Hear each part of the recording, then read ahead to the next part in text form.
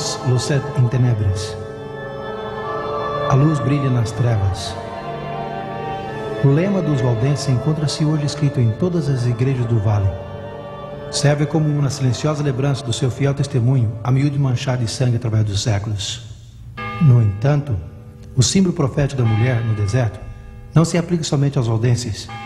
Abrange a todos aqueles cuja fé em Deus e sua palavra os fez contrariar a corrupção e as falsas doutrinas da igreja.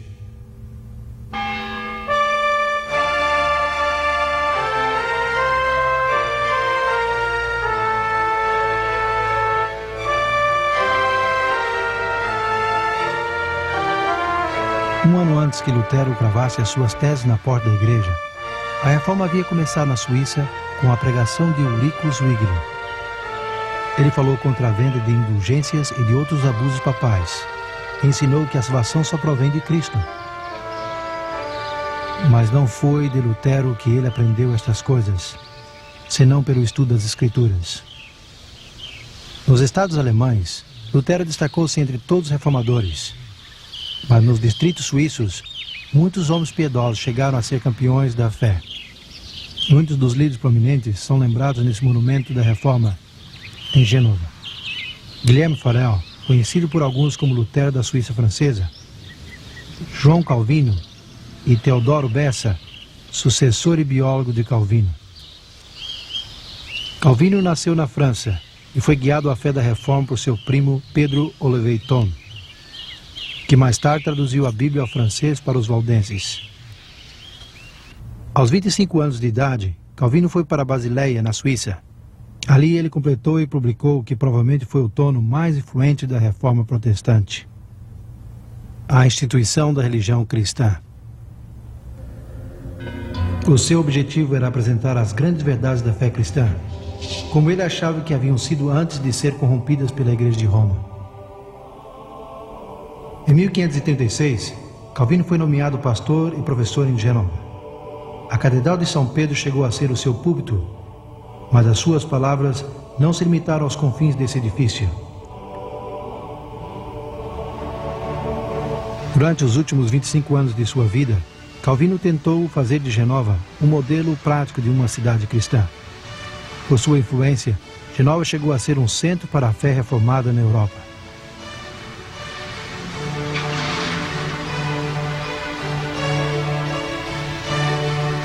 Ele também estabeleceu um colégio em Gênova e atraiu estudantes de toda a Europa.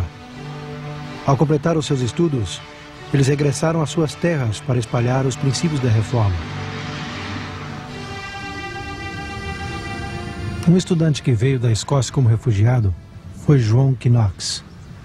Ele chegou a ser o íntimo amigo e ardente discípulo de Calvino.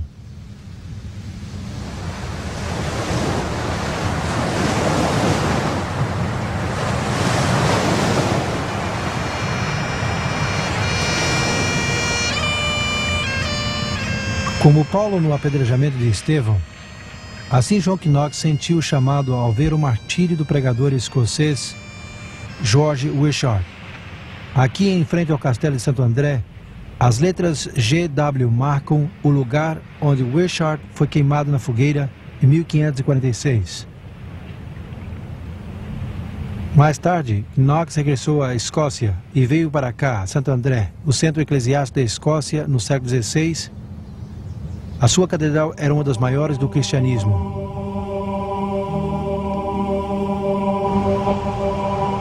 No espaço de um ano, os habitantes do castelo convidaram Knox a ser o seu pregador. Logo em 1547, ele pregou o seu primeiro sermão aqui na paróquia de Santo André. Isso marcou o começo da Reforma na Escócia. Não foi por coincidência que Knox usou como texto o capítulo 7 do livro de Daniel. No começo do seu sermão, ele mostrou o grande amor que Deus tinha pelo seu povo ao advertir-lhe dos perigos que ameaçariam a igreja. Identificou as 4 bestas como os 4 grandes impérios de Babilônia, Pérsia, Grécia e Roma. E logo falou do chifre pequeno que o sucedia, identificando-o como anticristo papal. Ao fazer isso, Knox incluiu-se à lista dos grandes reformadores como Wycliffe, Hus, Lutero, Calvino e muitos outros que haviam declarado por igual. Uns 13 anos mais tarde, o parlamento escocês reuniu-se na cabine de votação. O lugar era ali, adjacente à igreja de São Giles, em Edimburgo, onde John Knox era o pregador.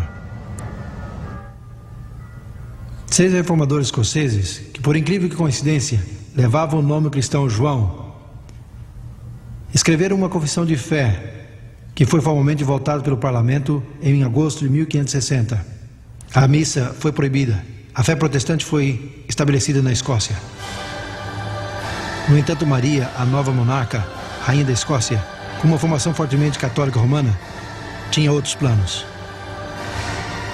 Quando ela ordenou a celebração da missa, Knox declarou as suas objeções desde o púlpito, aqui na Catedral de St. Giles.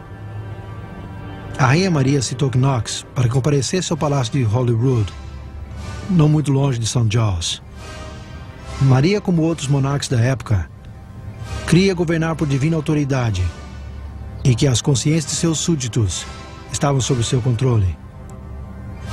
Por isso, a confrontação entre Maria e Knox era crucial para a sobrevivência da reforma na Escócia.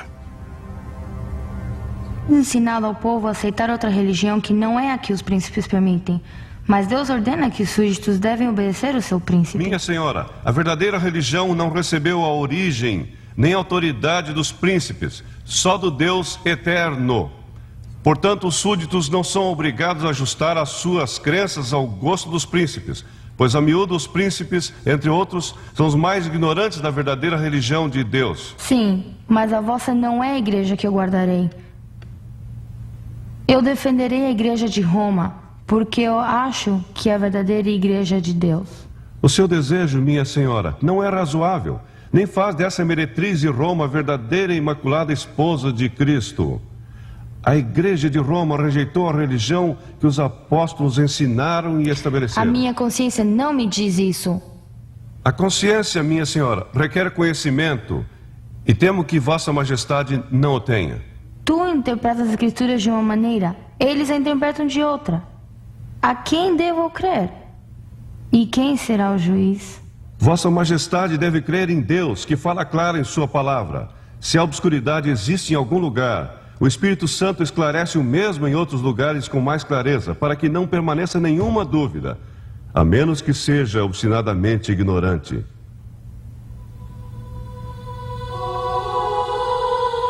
Lutero perante Carlos V em Worms, Knox perante a Rainha Maria em Holyrood, foram os momentos mais dramáticos da Reforma. Em ambos os casos, a vitória daqueles que tiveram uma fé incomparável em Deus e na verdade de sua causa.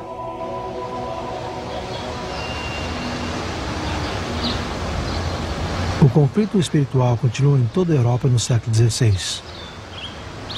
A reforma formal que resultou do desprendimento de Roma com Henrique VIII na Inglaterra em 1534 foi grandemente política.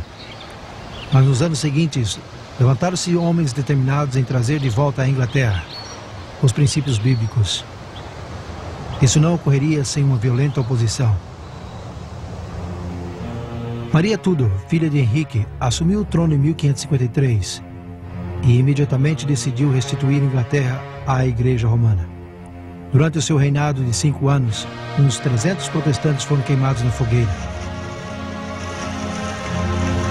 John descreve a igreja no tempo da cruz em diante como o povo de Deus sendo acusado por Satanás e suportando grande sofrimento, até a mesma morte. Aqui, nesse cemitério, está o monumento dos mártires. Registra mais de 18.000 mártires de Jesus Cristo. Ao redor de 100 deles foram executados em Edimburgo, e a grande maioria estão sepultados aqui. Mas João acrescenta essas palavras de triunfo em Apocalipse 12, verso 11.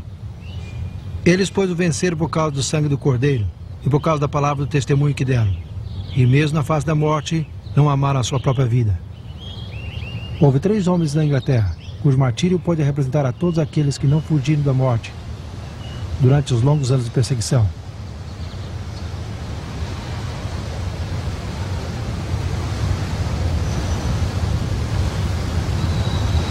Em Oxford, encontra-se o monumento dos mártires, erigido a Nicholas Ridley, bispo de Londres, e a Hugo Latimer, campeão de Henrique VIII, e a Thomas Cranmer, primeiro arcebispo protestante de Canterbury.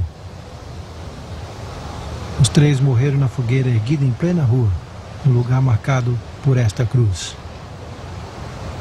Em frente ao Colégio Balliol, onde John Wycliffe havia ensinado, quase 200 anos atrás.